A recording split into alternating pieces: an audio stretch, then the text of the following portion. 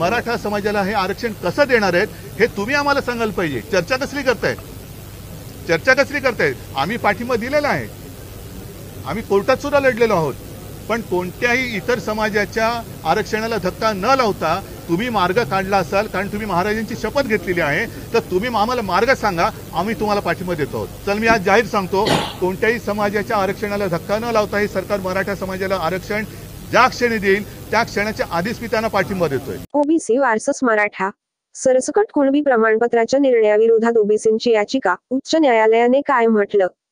संरक्षण बजेटमध्ये मोठी वाढ, जीडीपीच्या 3.4% करण्यात येणार खर्च।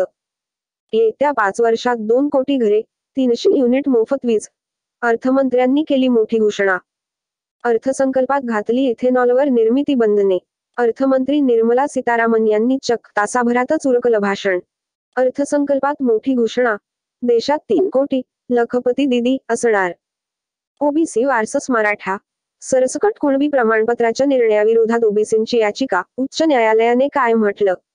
संरक्षण बजेटमध्ये मोठी वाढ, जीडीपीच्या 3.4% करण्यात येणार खर्च। येत्या 5 वर्षात 2 कोटी घरे, 300 युनिट मोफत वीज। अर्थमंत्र्यांनी केली मोठी घोषणा। अर्थसंकल्पात घातली इथेनॉलवर निर्मिती बंधने। अर्थमंत्री निर्मला सीतारामन यांनी चक्क तासाभरातच उरकलं भाषण। अर्थसंकल्पात मोठी घोषणा, देशात 3 कोटी लखपती दिदी असणार। महाराष्ट्र, उद्धव ठाकरे घेणार महाराष्ट्राचा आढावा। एकनाथ शिंदे यांच्या बंडानंतर राज्यातील परिस्थितीचा आढावा घेत शिवसेना उद्धव बाळासाहेब ठाकरे विस्तारासाठी माजी मुख्यमंत्री उद्धव ठाकरे जिल्ह्याचा आढावा घेणार आहेत। एकनाथ शिंदे यांच्या बंडानंतर राज्यातील परिस्थितीचा आढावा घेत शिवसेना उद्धव बाळासाहेब ठाकरे विस्तारासाठी माजी मुख्यमंत्री उद्धव ठाकरे जिल्ह्याचा आढावा घेणार आहेत। मुंबई, एकनाथ शिंदे यांच्या बंडानंतर राज्यातील परिस्थितीचा आढावा घेत शिवसेना उद्धव बाळासाहेब ठाकरे विस्तारासाठी माजी मुख्यमंत्री उद्धव ठाकरे जिल्ह्याचा आढावा घेणार आहेत। दिवाळी संपताच 31 ऑक्टोबर पासून बैठकांना प्रारंभ करणार आहेत।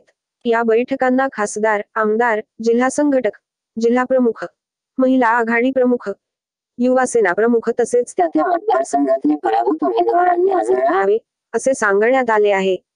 ऑक्टोबर 31 रोजी परभणी, जालना, बुलढाणा, अकोला तर 1 तारखेला संभाजीनगर, नांदेड, हिंगोली, बीड या जिल्ह्यांची बैठक होईल। 2 नोव्हेंबर रोजी धाराशिव, यवतमाळ, लातूर अमरावतीविषयी चर्चा होईल। नाशिक, दिंडोरी, धुळे, नंदुरबार या जिल्ह्यांबाबत 3 तारखेला चर्चा होईल। या बैठकीनंतर 4 ते एकादशी तुळशी विवाहानिमित्त 4 दिवस चर्चा बैठका होणार नाहीत।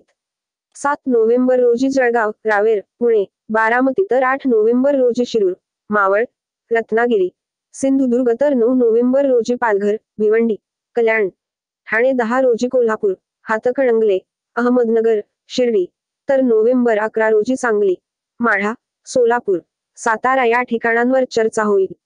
12 नोव्हेंबरला रामटेक, नागपूर, भंडारा, गोंदिया आणि नोव्हेंबर 13 रोजी गडचिरोली, चंद्रपूरवर चर्चा होईल। मुंबई महापालिका निवडणुकीमुळे ठाकरेंसाठी अत्यंत महत्त्वाचा भाग झाला असून 13 आणि नोव्हेंबर 14 रोजी चर्चा होणार आहे। शिवसेनेसाठी या बैठका अत्यंत महत्त्वाच्या आहेत। सर्व पदाधिकाऱ्यांनी या बैठकीला आपापल्या भागाचा अभ्यास करून हजर राहावे असे कळवण्यात आले आहे।